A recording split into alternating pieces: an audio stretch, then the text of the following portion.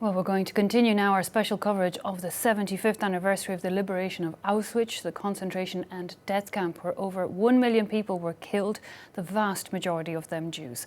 Brought in on trains from the Netherlands, Germany, Hungary, to name a few.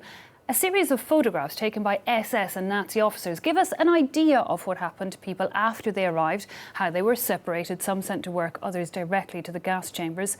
The photographs have been used for decades in exhibitions, in our textbooks.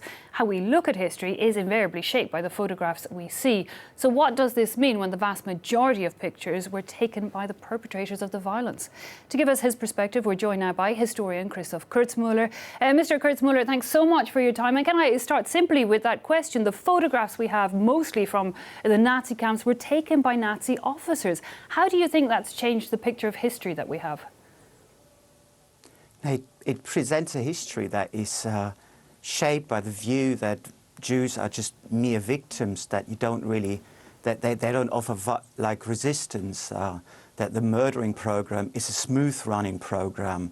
And the SS wanted to show that they worked it efficiently in Auschwitz. That like there was, that the flow was running. The people came in, they were separated, and and nothing left of them apart from a few luggages, which then were sorted out too. And we got the idea that, or we have the idea that usually those selections happen at daytime, whereas because the photographs we have are taken at daytime because of the cameras at the time, but most of them were actually deportations and selections took place at night. Ah, that's interesting. Now, you have been studying the photos. Can I ask you firstly to give us more details on where these photos came from? The most well-known are the Lily Jacobs collection. Tell me, what we know about those photos, who took them and how we found them. The photographs were taken by the SS, by the members of the SS service, photographing service there. They usually took those police record photographs, like, from the front, from the side, from this side. And then they were asked by Rudolf Höss, high-ranking SS man in Auschwitz, to kind of show how well he organized the murdering of the Jews from Hungary. And the SS man who made the album, and we know that he made 15 albums, took one private copy with him or just before Auschwitz was liberated. 75 years ago, and then he took the album with him to the next camp he was working in, which is 200 kilometers from Berlin. It's a place called Nordhausen in the Harz Mountains. And when that camp then in turn was liberated by the US Army, he left his album under his pajamas.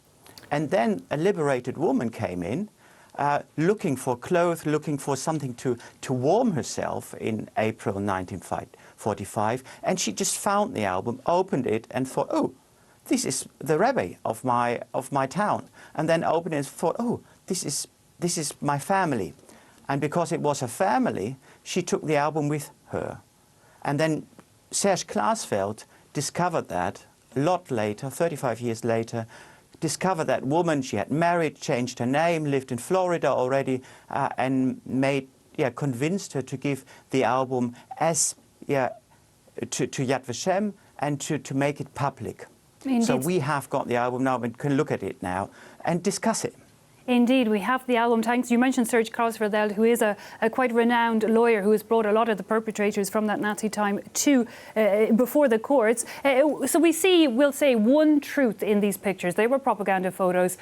You have studied them, though, and put them, I believe, in order. What have you learned as you've analysed the pictures? Like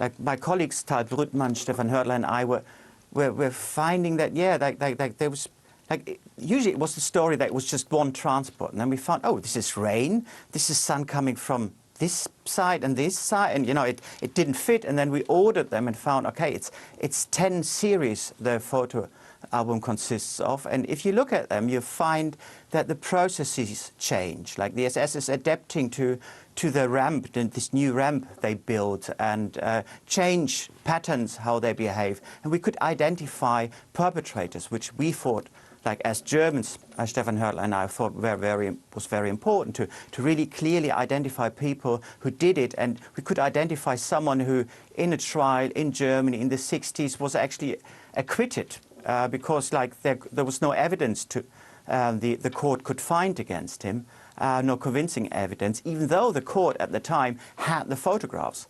But it's German, or I would say European tradition, to usually look at written sources. Like you produce documents, you look at documents, and not at photographs. Photographs, we don't really, as yet, don't have a tradition how to use and employ photographs in our learning, in our looking, and of course in jurisdiction. Indeed, and even though that's changing, but.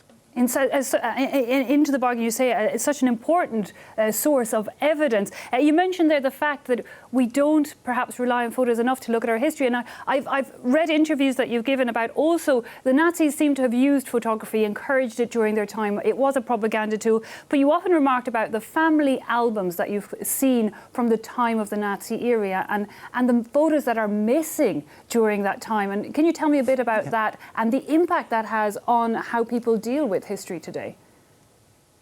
It's in a way they're a perfect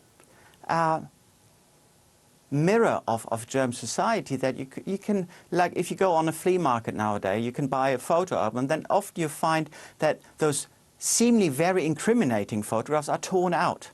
Like you can see that, like, because sometimes they were glued in, and then you can see, oh, this is army somewhere, you know, because it was not completely torn out. So you can see hints, oh, and this is the time, you know, you can see him, the soldier, going to the field in 40, and then the rest of photographs are all of a sudden torn out or scribbled out, and so that's the 50s, the 60s, the families, they can't deal with it, they don't want to see it anymore, they don't want to see their father, their grandfather as perpetrators, so they tear the photographs out.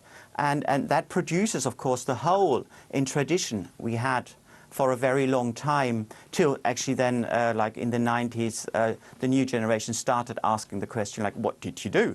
And try to find new evidence, and turned to the photographs that were left. And since there were 8 million cameras in Germany in 1940, there's so many photographs that's still there.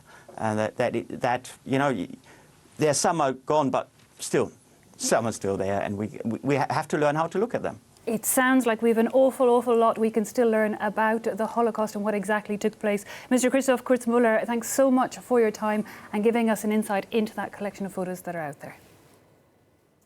Thanks for having me.